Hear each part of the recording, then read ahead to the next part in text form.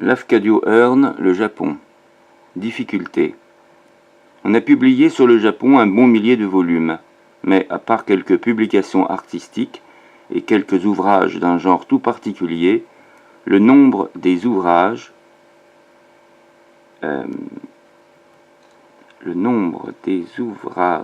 vraiment utiles ne dépasse guère une vingtaine.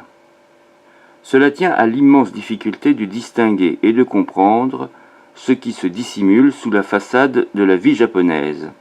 On ne parviendra pas, avant une cinquantaine d'années, à écrire le livre qui analysera à fond la vie japonaise et décrira exactement le Japon historique, sociologique, psychologique et moral. Le sujet est si vaste, si complexe, qu'une génération d'érudits ne l'épuisera pas. Et il est si difficile qu'il se trouvera toujours fort peu de savants pour y consacrer leur temps. Les Japonais eux-mêmes ne connaissent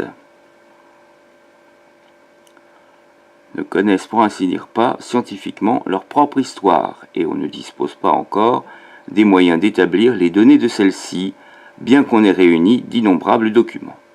On manque absolument d'une bonne histoire, composée selon les méthodes modernes.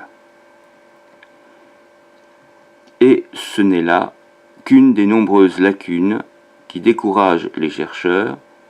Les éléments d'une étude sociale du Japon sont au moins aussi inaccessibles pour le savant occidental. Le Japon, page 10. L'état primitif de la famille et du clan, la formation des classes, la distinction qui s'établit graduellement entre la loi politique et la loi religieuse, la détermination des diverses puissances d'autorité et de leur action sur les mœurs, l'influence des principes qui ont régularisé ou activé l'évolution de la société, les changements de la morale et de l'esthétique, tout cela et bien autre chose encore demeure toujours fort obscur. Sur un certain point, au moins mon étude contribuera à faire connaître le Japon en Occident. Et ce point n'est pas un des moins importants. Jusqu'ici, ce sont surtout les ennemis irréconciliables de la religion japonaise qui ont écrit sur cette religion. Les autres auteurs l'ont presque entièrement ignoré. Et cependant, on ne peut arriver à comprendre vraiment le Japon tant que l'on ne connaît pas sa religion, ou tant qu'on en donne une fausse interprétation.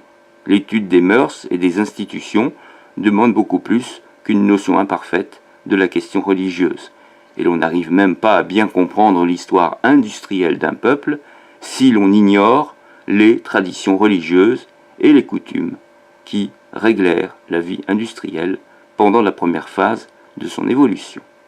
Ou encore, plaçons-nous au point de vue de l'art. Au Japon, l'art est si intimement associé à la religion que ce serait perdre son temps que d'essayer de le sentir ou de le comprendre sans connaître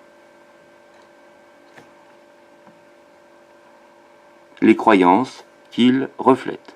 Et je ne parle pas seulement de la peinture et de la sculpture, mais de tous les ornements et les moindres figures, comme par exemple l'image qui égaye le cerf-volant d'un petit garçon ou la raquette d'une fillette, le dessin figuré sur une casquette de laque ou un vase d'émail, les silhouettes qui animent la serviette d'un ouvrier, la broderie qui enrichit la ceinture d'une princesse, le chien de papier ou le hochet de bois des tout-petits, et aussi ces énormes ni-o, N-I-O, qui gardent l'entrée des temples bouddhistes.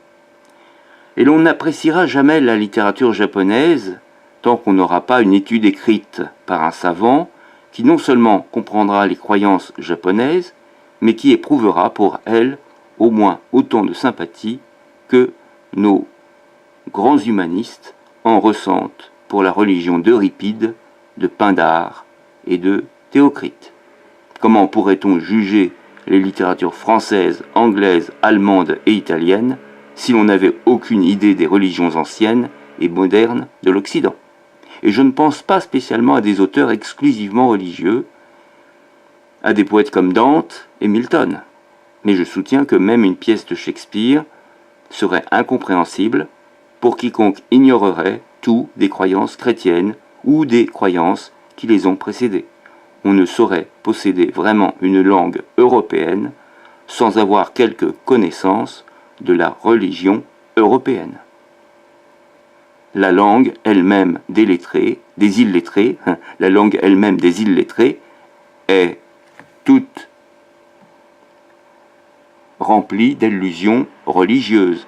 Les proverbes et les dictons des pauvres, les chansons des rues, l'argot des ateliers contiennent tous d'innombrables expressions qui ne s'expliquent que par la foi du peuple. Et personne n'a éprouvé la vérité de cette observation mieux que moi, qui pendant de longues années ai essayé d'enseigner l'anglais au Japon à des élèves dont la foi diffère absolument de la nôtre et dont les idées morales